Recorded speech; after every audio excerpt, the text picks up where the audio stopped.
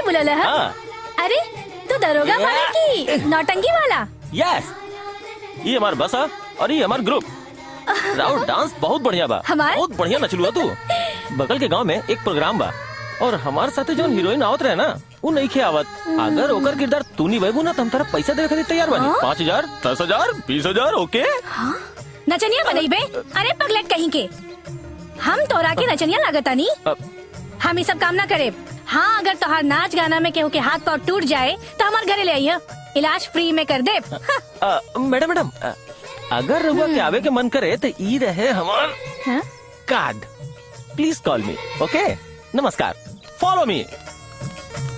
बकलोल कहीं का।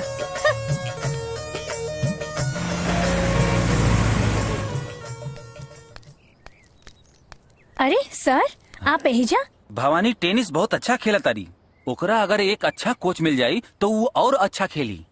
आप कोच के बारे में हम का बोली, आप ही बताई। अगर भवानी के रउआ लोग नेशनल स्पोर्ट्स एकेडमी में भर्ती करा दे तो ओकर भविष्य सुधर जाई। कितना पैसा लागी? ठीक से तो पता नहीं के हमरा के, लेकिन कम से कम 9-10 लाख रुपया तो लगिए जाई। 9-10 लाख? रउआ के घबराए की जरूरत नहीं के, ठीक से सोच विचार के हमके बता दिया। 9-10 लाख रुपया कहाँ से लाई? इहे एगो घर तो तोहार सहारा बा, एकरो बेच देबू तो कैसे चली? चाचा, हमरा खातिर हमार बहन से बढ़ के कुछो नहीं खे, और एहिजा बात तो ओकर भविष्य के है, और ओकर भविष्य खातिर तो हम कुछो कर सकीला। ये टेनिस के खेल पैसा वालन के होला, हमनी जैसन लोगन खातिर ना।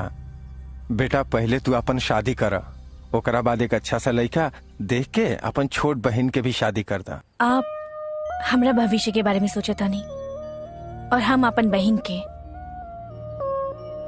कागज के पतंग के धागे के सहारे जब आदमी आसमान में उड़ा सकेला तो बस उहे तेरे हम अपन घर गिरवी रख के अपन बहन के लक्ष्य के पूरा करे।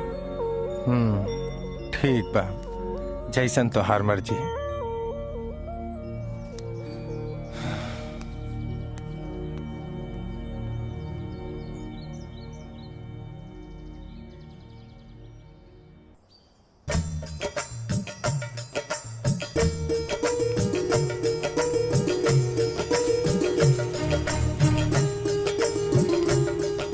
क्या चाहिए?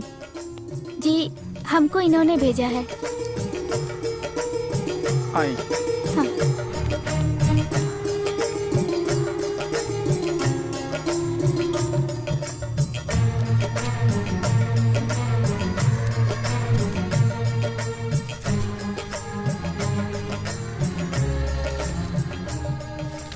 राउत नाम? भवानी। अच्छा,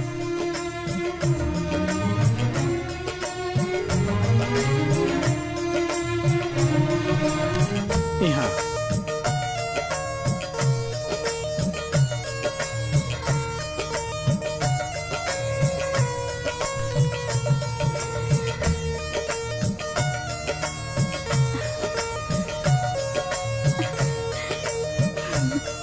थैंक्स।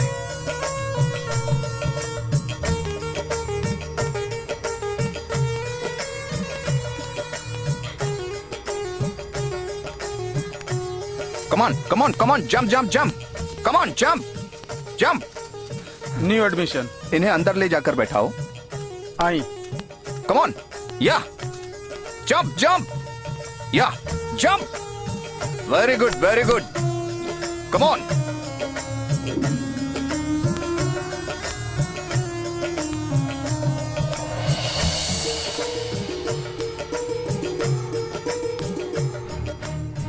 तुम सर्विस करो और तुम इसको देखकर सर्विस करना। चलो।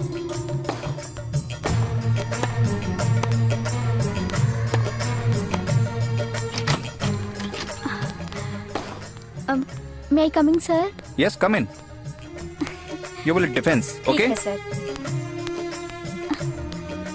All the best. अगला नंबर तुम्हारा है। Thank you, sir.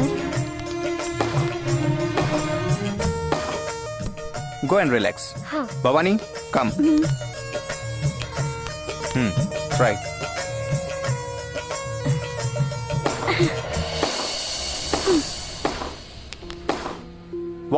Well done. Thank you sir.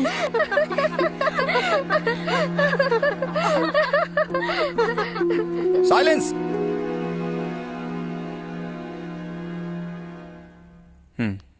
Go and change.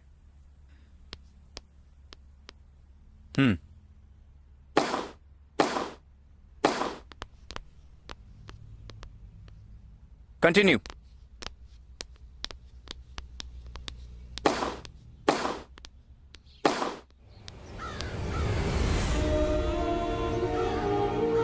Bhavani, उनकी हंसी ने तुम्हें कमजोर बना दिया। प्लेयर को कॉन्फिडेंस होना चाहिए। समस्या सबको होती है। छोटी छोटी प्रॉब्लम को दिल पे लेने से कॉन्फिडेंस लेवल कम हो जाता है और लक्ष्य मुश्किल। तुम टैलेंटेड हो, तुम बहुत अच्छा खेल सकती हो, मुझे भरोसा है तुम पर। मैं एक स्पॉन्सर से मिला दूंगा, तुम्हारी सारी प्रॉब्लम सॉल्व हो जाएगी। Be happy. Okay Take care. Sir, thank you.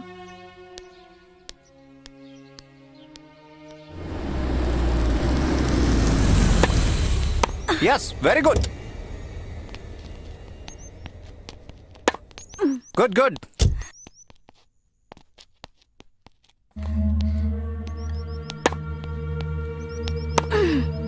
Very good.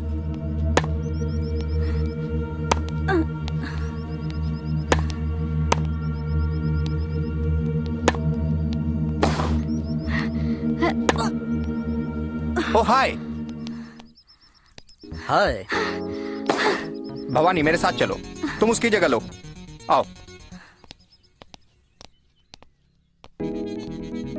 Hello sir, how are you? I am doing good. She is Bhavani, बहुत अच्छा खेलती है। बहुत बढ़िया खेलती हो। I am proud of Bhavani. ये पंकज अग्रवाल हैं, अग्रवाल ग्रुप ऑफ कंपनीज के चेयरमैन। इनकी कंपनी ने बहुत सारे खिलाड़ियों को स्पॉन्सरशिप दी है। मैंने तुम्हारे बारे में बताया, ये तुम्हें भी स्पॉन्सर करने को तैयार हैं। Thank you. हम आपके बहुत एहसानमंद रहेंगे। We are just encouraging talents. कल आ जाइए, एग्रीमेंट कर लेते हैं। So nice of you sir. See you sir. Okay, bye. जी।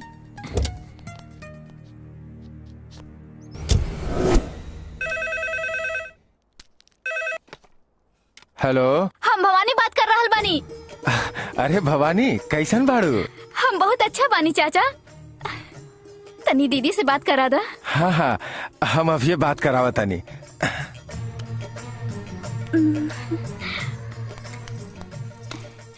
हेलो।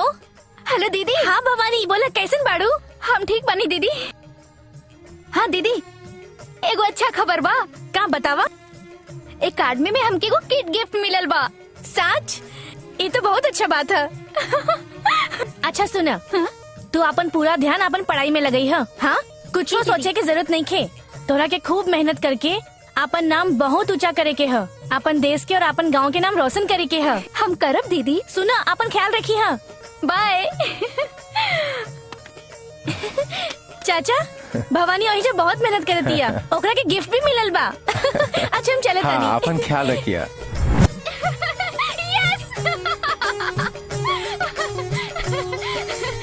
Yes yes yes.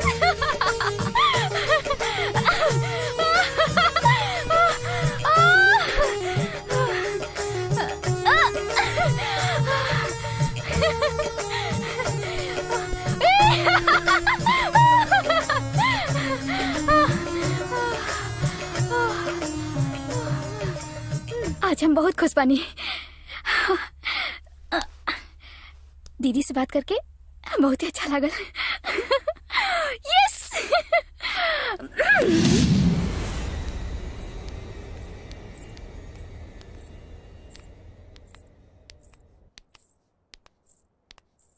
आओ बैठो।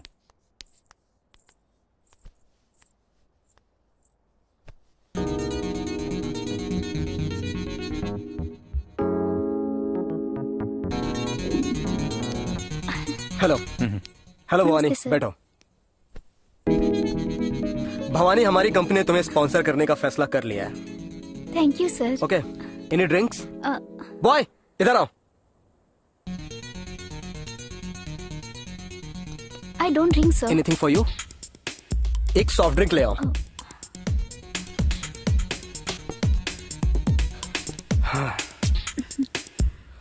तुम्हारे टैलेंट और हार्डवर्क की वजह से तुम बहुत ऊपर तक पहुंचोगे। सच में मेरा और मेरी कंपनी का नाम रोशन करोगे। I trust on you. सुना भवानी, पंकज सर बहुत अच्छे हैं। इन्होंने आज तक बहुत लोगों को मंजिल तक पहुंचाया है। Excuse me. हेलो। हाँ, thank you.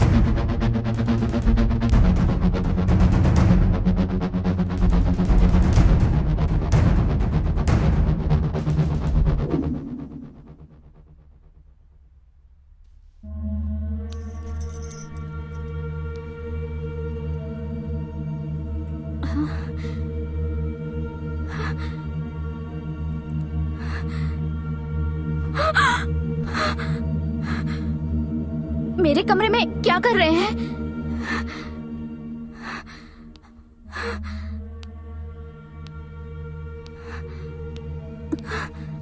R you mad? कल रात किसके साथ गुजारी मालूम है तुम्हें? द ग्रेट मिलेनियर पंकज अग्रवाल। मैं तुम्हारा फ्यूचर बदलने वाला हूं। तुम्हें नेशनल ग्रैंड स्लैम में भेजने के लिए स्पोर्ट्स मिनिस्टर से बात कर ली है मैंने। पूछो क्यों? अब तुम मेरी हो। जो भी कुछ हुआ अब उसे भूल जाओ। आगे के गेम पे फोकस करो। रोने से सिर्फ आंसू गिरते हैं, सपने साकार नहीं होते। अच्छी लड़कियां इस तरह रोकर नहीं बैठती। तुम्हारे लिए स्पोर्ट्स मिनिस्टर से अपॉइंटमेंट भी ले लिया है, जाकर मिल लो।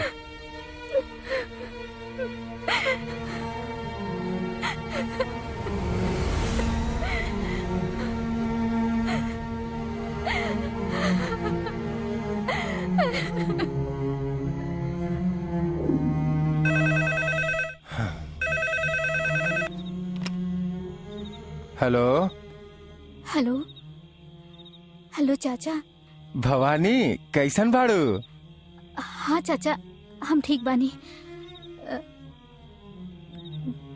चाचा, हमके दीदी से बात करे के बा। दीदी से? ऊ तो अबेजा ना रहेली।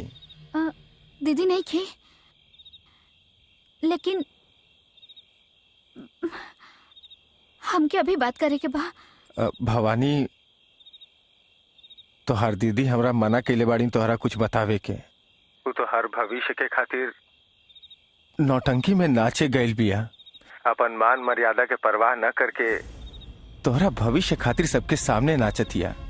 ओकरा बारे में सोच के बहुत दुख होता बेटा।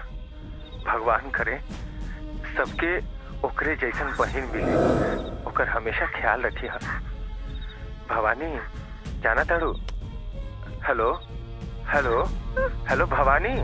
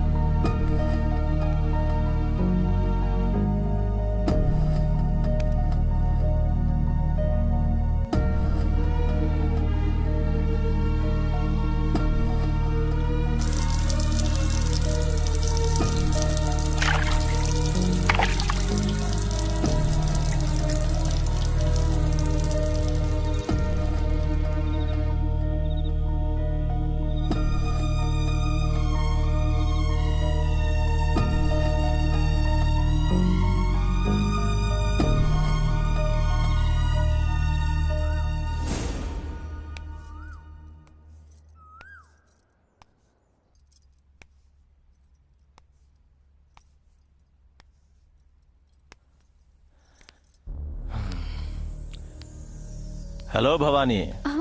नमस्ते सर। प्रणाम। पंकज अग्रवाल तोहर तारीफ करत रहले। वो तोहरा स्पॉन्सर कर रहल बाड़े। तोहर टैलेंट और स्टेमिना देखकर बहुत खुशकिस्मत बाड़ू तू। समझ गेलू ना? जी सर, हम बहुत बढ़िया खेले नहीं। अच्छा ठीक बा। तू 4 ग्राउंड शॉट कैसे खेले लू?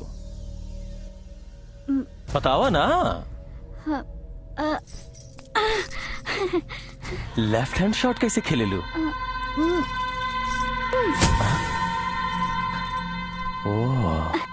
Top shot?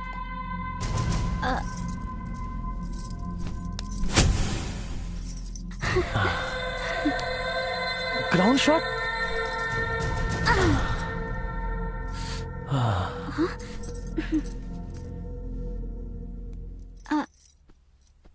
सर हम जाए। अरे रुका भवानी,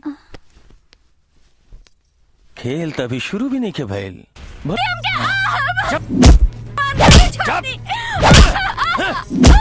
सर छोड़ दी हमके। कुछ मत करिए।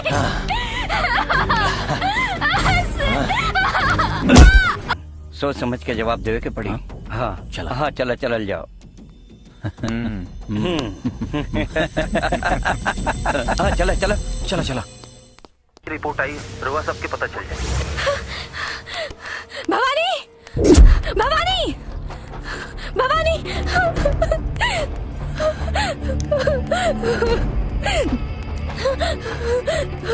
भवानी, भवानी, भवानी, कहाँ ढूंढी हम उसके? नर्स, भवानी, भवानी की हम भाई नहीं।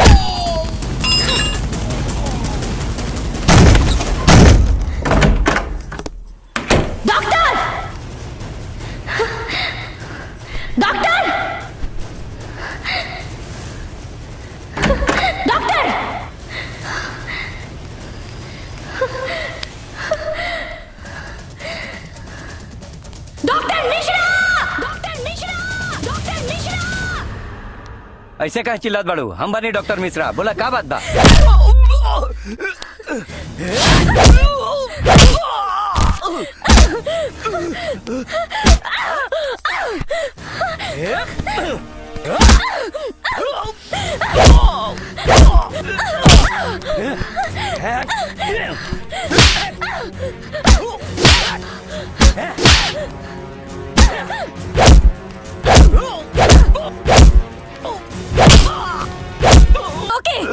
आज तो है कि हम जान से मार दे।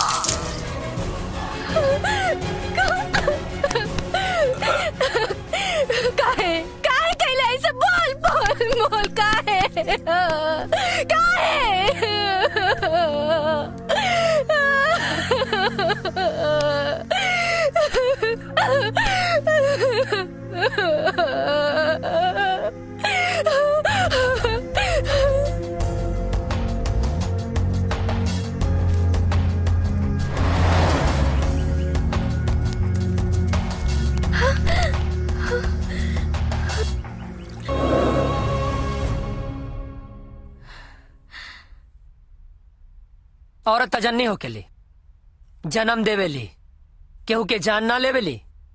तोरा बहन के साथ अन्याय भइल बना त न्याय खातिर लड़ा, संघर्ष करा, केहू के जान मत ला। नारी की बात करत तानी, और वो नारी के भुला गई नी जब ब्रह्मा विष्णु महेश पे राक्षस अत्याचार कैले, तब सरस्वती लक्ष्मी पार्वती सरना झुकौली, अलग अलग रूप धाके वो राक्षस के सर कटली। 70 साल की आजादी के बाद या तो कानून के भरोसे या सब। एकरा के कहे लिया आइल ह? बाद में बताएं, पहले के खाना था। चलो। मैडम जी ऐसे काहे चिल्लैली? सर मैडम के साथ। सर हम दुर्गा नहीं थी। ये लाइट क्या हो गई? सॉरी। इका आवाज बदल गई। लागता दूधू घोड़ी पे सवार होके